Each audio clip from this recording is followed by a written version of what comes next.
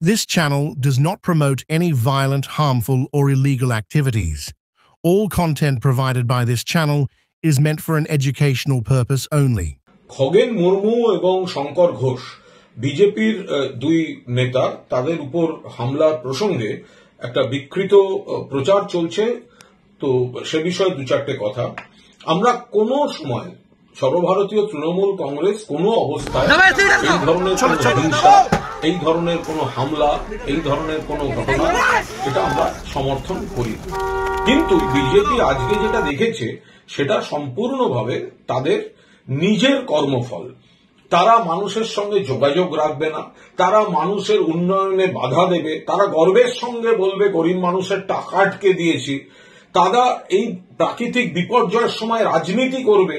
আবার যখন তৃণমূলের নেতা কর্মীরা ঘটনার সময় থেকে মাটি কামড়ে তারা উদ্ধার ত্রাণ এসব চালাচ্ছেন, আর বিজেপির নেতারা শুধুমাত্র ফটো সেশন করার জন্য কোনো ত্রাণের অভিযান ছাড়া কোনো ত্রাণ সামগ্রী কিন্তু তারা নিয়ে যাননি, ছবি তুলতে গেছিলেন, তারপর তা নিয়ে রাজনীতি করতেন। তো ফলে বিজেপি তো মানুষ সেখানে ক্ষিপ্ত হয়েছেন বলে আমরা খবর পাচ্ছি। এবার সেখানে যে তৃণমূল করেছে এগুলোর কোনো সারবত্তা নেই। এবার এলাকার মানুষ তো আপনাদের তো ওখানে অনেক এমএলএ এমপি এইসব আপনাদের আছে, তো আপনারা যদি মানুষের সুখে দুঃখে বিপদে পাশে না থাকেন, মমতা বন্দ্যোপাধ্যায় পৌঁছে গিয়েছেন, তার আগের রাত থেকে পুরো দস্তুর মনিটর করেছেন, গতকাল সকালে পরের পর মিটিং, তৃণমূল কংগ্রেস কর্মীরা, পুলিশ প্রশাসন সবাই নেমেছেন। বিজেপি নেতারা শুধু ফেসবুক আর কুৎসার রাজনীতি করেছেন, তারা কোনো সময় মানুষের সঙ্গে থাকেন না। এখনো পর্যন্ত আমাদের কাছে যা খবর আসছে তারা 10টা গাড়ি নিয়ে ফটোশুট করতে গেছিলেন, কোনো ত্রাণ পর্যন্ত দিতে যাননি। তো মানুষ সেখানে সেই জায়গাটায় অসন্তুষ্ট হয়েছেন। তারপরে তাদেরকে অন্য সময় পাওয়া যায় না, কোন কাজে তারা আসেন না, সেই জায়গায় এখন তারপরে তৃণমূলের নামে যদি সেই অভিযোগগুলো দেওয়া হয়, আমরা তো বারবার এটা তো মিডিয়াকেও রিকোয়েস্ট করব যে তৃণমূলের কোন নেতার বিরুদ্ধে যদি বা কোনো কিছু দেখান আপনারা, তখন বলেন জনরোষ, মানুষ জনরোষ, আর বিজেপির ক্ষেত্রে তখন হয়ে যায় তৃণমূল করিয়েছে। এটা মাপকাঠিটা আপনারা আলাদা করেন কি করে? যে এতগুলো মানুষ প্রকাশ্যে তাদেরকে সেখানে তৃণমূলের না আছে পতাকা, মানুষ বিপদে রয়েছে, তৃণমূল কর্মীরা এসব কেন? তৃণমূল কর্মীরা নেতারা তারা মানুষের উদ্ধারে মানুষের ত্রাণে ব্যস্ত। এবার যারা শুধুমাত্র কথা বলে যায়, কুৎসা করে যায়, মানুষের অধিকার থেকে বঞ্চিত করে, তারা যদি ছবি তুলতে যায় তো সেখানে মানুষ বিরক্ত হয়েছেন। আমরা এই ঘটনা আবার বলছি সমর্থন করি না, এই ধরনের কোন উগ্র প্রতিক্রিয়া, গায়ে হাত দেয়, এগুলো আমরা সমর্থন করি না।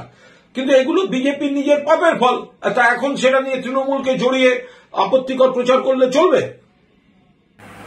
রাজ্যের বর্তমান যা পরিস্থিতি তাতে আমরা এতদিন দেখেছি এই রাজ্যের সাধারণ মানুষের নিরাপত্তা নেই, বিরোধী রাজনৈতিক দলের সাধারণ কর্মী সমর্থকদের নিরাপত্তা নেই।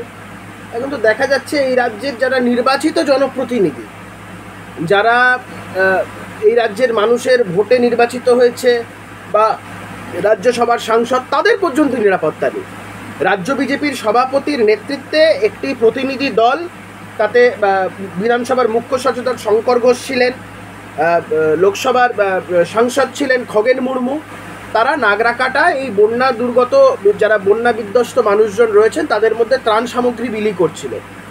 তৃণমূলের গুন্ডা বাহিনীরা তাদের উপর অতর্কিতে হামলা করে এবং একটা প্রাণে মেরে ফেলার একটা উদ্দেশ্য নিয়ে তাদের উপর আক্রমণ করে।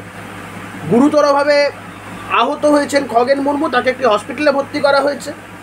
এ রাজ্যে আর যাই হোক কোনো গণতান্ত্রিক পরিবেশ নেই।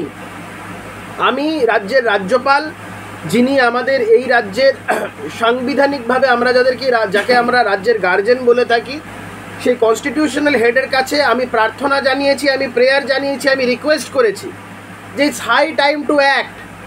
আমি ওনাকে বলেছি that knocking the conscience of your excellency, এরপরেও যদি this does not shake his excellency's conscience, what will? আমি স্পষ্টত বলছি, এ ঘটনা সম্পূর্ণভাবে বলে দিচ্ছে যে পশ্চিমবঙ্গের ভেঙে পড়া আইন শৃঙ্খলার যে চিত্র সেটা তুলে ধরছে। It is the duty of the union to protect the state in case of any internal exigency, internal emergency, that squarely falls within the ambit of Article 355 of the Constitution of India.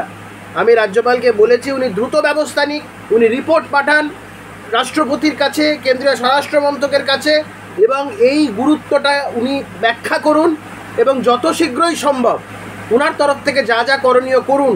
এই রাজ্যে article 355-এর imposition অত্যন্ত প্রয়োজন এবং সেটা যত দ্রুত সম্ভব হয় ততই ভালো। আর একটা ইংলিশ